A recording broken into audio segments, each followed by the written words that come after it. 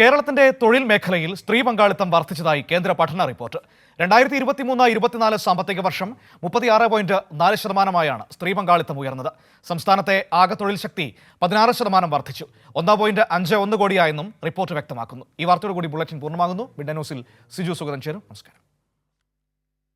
2021 1.30 കോടിയായിരുന്ന സംസ്ഥാനത്തെ മൊത്തം തൊഴിൽ ശക്തി 2023-24 1.51 കോടിയെ വർദ്ധിച്ചുവെന്നും 3 വർഷത്തെ കാലയളവിൽ 16% വർധനയുണ്ടായെന്നും സർവേ കണക്കാക്കുന്നു.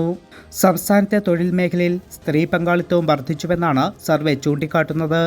കേരളത്തിൽ 2020-21 32.3% സ്ത്രീ പങ്കാളിത്തമെങ്കിൽ 2023-24 സാമ്പത്തിക വർഷത്തിൽ അത് 36.4% ഉയർന്നു.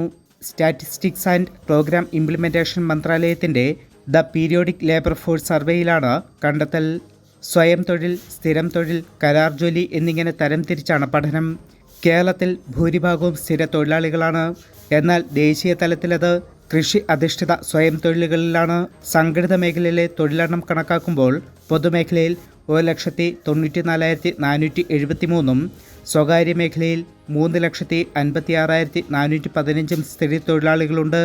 മുൻ വർഷത്തേക്കാൾ 15,02,317 തൊഴിലാളികളുടെ വർധനവാണ് ഉണ്ടായത്. സംസ്ഥാന സർക്കാർ സ്ഥാപനങ്ങളിൽ മാത്രം 1,05,802 വിവരസാങ്കേതിക മേഖലയിൽ 62,650 സ്ത്രീകൾ ജോലി ചെയ്യുന്നുണ്ട്. Cyber park, techno park, info park എന്നിവിടങ്ങളിലെ മാത്രം കണക്കാണിത്.